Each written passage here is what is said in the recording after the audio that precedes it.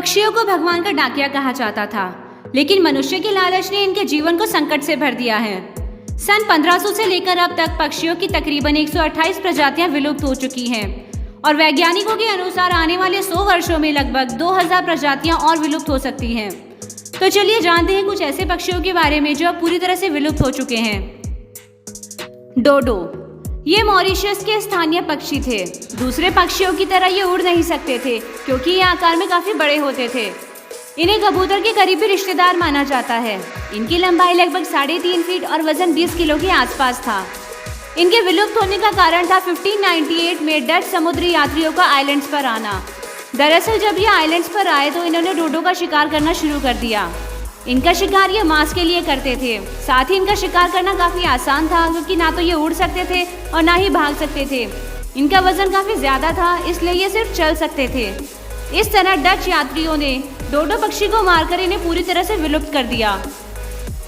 Passenger pigeon यानी संदेशवाहक कबूतर, ये कभी नॉर्थ अमेरिका में भारी मात्रा में मौजूद थे। ये कबूतर भारतीय कबूतर की तरह ही थे, पर इनका रंग और आकार थोड़ा सा अलग था।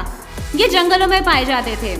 दरअसल अमेरिका में अफ्रीका के लोगों को दास बनाकर लाया गया। इन लोगों को सस्ता भोजन खिलाया जाता था जिसमें पैसेंजर पिजन का ही मांस खिलाया जाता था क्योंकि इनका शिकार करना काफी आसान था। बाद में यूरोपियन कंट्रीज के लोग नॉर्थ अमेरिका में आकर बसने लगे, जिन्होंने सस्ते मांस के लालच में इनका शिकार करना शुरू कर दिया। साथ ही मानवीय विकास गतिविधियां जैसे भवनों का निर्माण, इनकी वजह से जंगलों का इस्तेमाल किया गया और धीरे धीरे जंगल सिमटने लगे। साथ ही इनके आवास पूरी तरह से नष्ट हो गए। 1914 में सिंसिनाटी जू में मौजूद आखिरी कबूतर मार्था की मौत के साथ ये प्रजाति पूरी तरह से विलुप्त हो गई। अरेबियन ऑस्ट्रिच, ये तो सभी जानते हैं कि ऑस्ट्रिच इस दुनिया का सबसे बड़ा पक्षी है जो कि 70 किलोमीटर प्रति घंटा की रफ्तार से भाग सकता है। ये मुख्य रूप से अफ्रीका में पाए जाते थे, लेकिन एक समय था जब ये अरब के रेतीले भागों में भी पाए जाते थे। इसके अलावा ये जॉर्डन, कुवैत और इजराइल जैसे देशों में भी पाए जाते थे।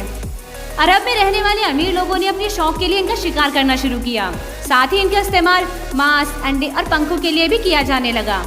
दरअसल इसके पंखों से कई तरह की कलाकृतियां बनाई जाती थी, लेकिन इनकी जनसंख्या तेजी से तब घटी जब फर्स्ट वर्ल्ड वॉर में बंदूक और राइफल्स का यूज हुआ। बंदूक से इनका शिकार करना और भी आसान हो गया था।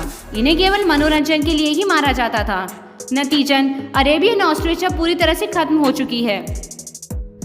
तस्मानियन ईमू, ये ईमू पक्षी की ही एक प्रजाति थी जो कि तस्मानिया आइलैंड पर पाई जाती थी। ये पक्षी उड़ नहीं पाते थे।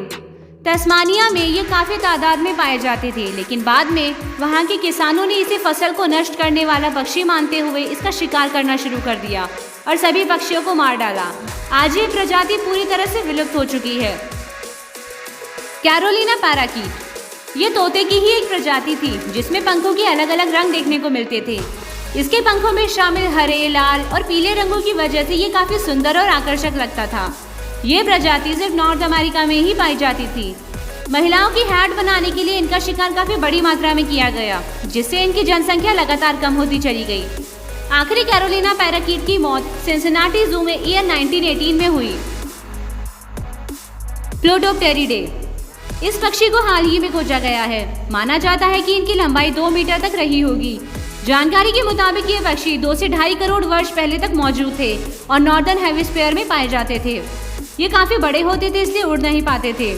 पेंगुइन की तरह ये अपने पंखों से पानी में तैर सकते थे, लेकिन इनके दांत पेंगुइन से बिल्कुल अलग थे।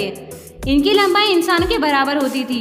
ऐसा बताया जाता है कि ये पक्षी पेंगुइन के पूर्वजों में शामिल थे क्योंकि इनका दिमाग पूरी तरह से पेंगुइन की तरह था।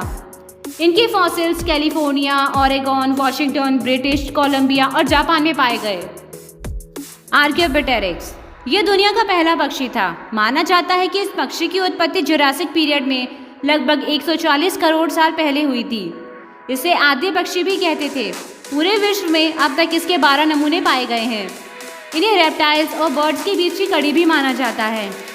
इसमें पक्षियों और डायनासोर्स दोनों के लक्षण थे, जिनसे ये साबित हुआ कि बर्ड्स का विकास रेप्टाइल से हुआ है। ड्रोमोर्निस स्ट्रेटोनी, ये पक्षी ऑस्ट्रेलिया के बड़े पक्षियों में से एक था जो लगभग 1.5 करोड़ से 26,000 वर्ष पूर्व तक मौजूद था। ये आकार में जितना बड़ा होता था उतना ही इसका वजन भी होता था। ये लगभग 500 से 600 किलोग्राम के हुआ करते थे। पहली बार इनकी खोज 1979 में हुई थी।